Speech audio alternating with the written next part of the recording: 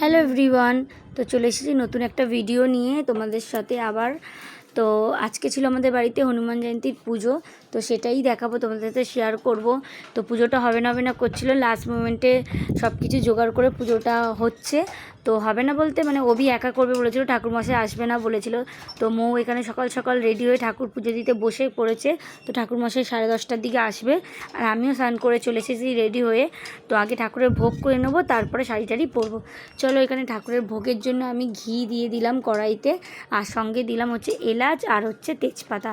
তো ঠাকুরের ভোগে আমি সুজি বানাবো, তো ভালো করে সুজিটা ঘিয়ে ভেজে নেবো লাল করে। তো আজকে আমি ঠাকুরের ভোগে সুজি বানাবো আর লুচি বানাবো। তো এখানে আমি আটার লুচি করব ঠাকুরের ভোগের জন্য। তো এখানে আমি আটাটা মেখে লেচি কেটে নিয়েছি। এবার সুজিটা যতক্ষণ ওইদিকে হচ্ছে ততক্ষণ আমি একে একে লুচিটাও ভেজে নেবো। তো মৌ ওইদিকে নিত্য পুজো করে নিচ্ছে, ঘরের ঠাকুরকে ভোগ দিয়ে নিচ্ছে প্রতিদিনের মতন, তারপরে সব পুজোর জোগাড় করবে। ওইদিকে মা হাতে হাতে এগিয়ে দিচ্ছে, আর এইদিকে দেখো আমার সুজিটা প্রায় অনেকটাই হয়ে এসেছে, আর একটু শুকিয়ে গেলে তারপরে সুজিটা নামিয়ে নেবো। আর এখানে আমি একে একে লুচিগুলোও ভেজে নিচ্ছি, ভেজে নিয়ে আরও অনেক কিছু কাজ আছে। তো যেহেতু এটা বজরংবলী পুজো, আর সেরকম কিছু করব না, যেমন বজরংবলী জানোই তো তোমরা, ভোগে লাগে যে কলা, লাড্ডু, ছোলা, এগুলোই হচ্ছে মেন লাগে। তো আমাদের বাড়িতে একটু লুচি সুচি ও ভোগ দেওয়া হয়, তো সেগুলোই আমরা জোগাড় করে নিচ্ছি। এবারে দেখো আমরা সুন্দর করে এখানে সব ঠাকুরকে স্নান করিয়ে, যেহেতু আজকে পূর্ণিমাও, মা লক্ষ্মীকেও স্নান করিয়ে নিয়েছে ভালো করে, দুধ দিয়ে ঘি মধু দিয়ে স্নান টান করিয়ে ভালো করে সিংহাসন সাজিয়ে ভোগ দিয়ে দিয়েছে। আর এখানে আমিও রেডি হয়ে চলে এসেছি, আর ঠাকুরমশাও এবার আসবে, ফোন করলো। চলো তারপর আমরা পুরো পুজোটা তোমাদের সাথে শেয়ার করব, দেখাবো কি কি করছে।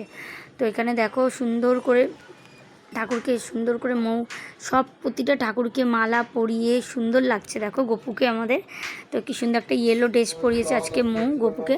তো এই দেখো কথা বলতে বলতে আমাদের ঠাকুরমশাইও চলে এসেছে।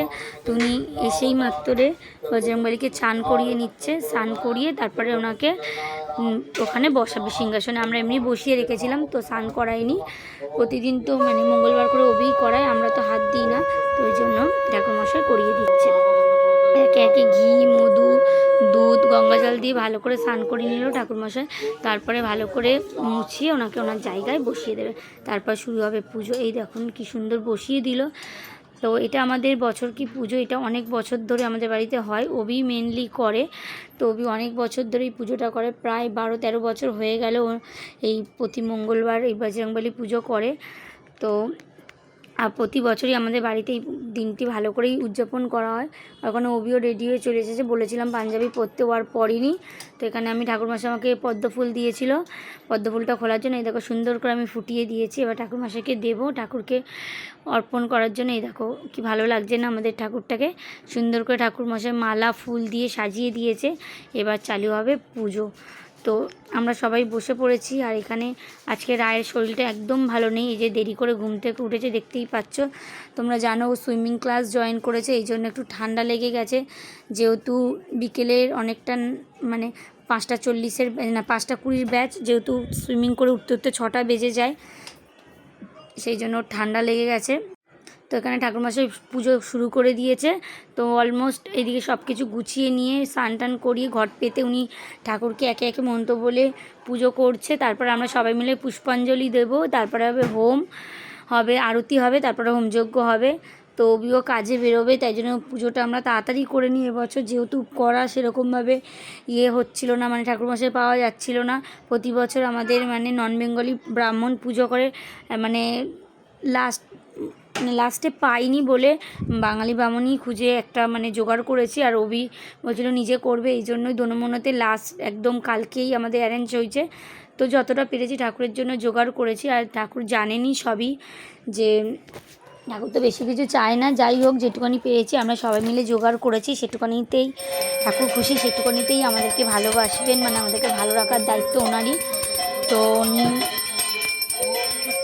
তো এখানে ঠাকুরমশাই পুজো করছে, আর আমরা দেখো সবাই বসে আছি, সবাই অঞ্জলি দেব বলে।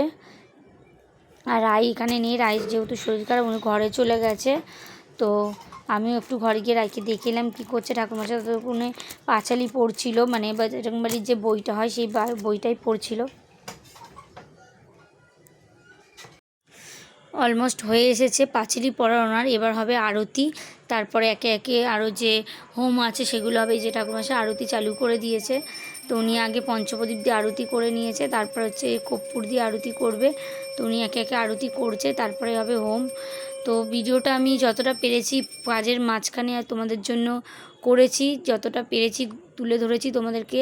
তো আমার বাড়ির এই ছিল আজকের হনুমান জয়ন্তীর পুজো। তোমাদের কেমন লাগলো অবশ্যই কমেন্ট করে জানাবে। তো ঠাকুরমশাই এখন হোমকুণ্ড সাজিয়ে নিয়ে হোমে বসেছে।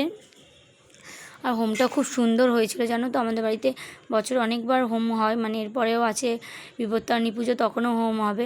তো এখানে হোমে যে আহুতি দেয় সেটাই দিচ্ছে, বেলপাতা যে দিতে হয় সেটাই করছিল। তো অলমোস্ট হোম হয়ে এসেছে। পুরোটা আমি আর ভিডিও নিয়ে অনেক লেন্দি হয়ে যেত, বড় হয়ে যেত বলে।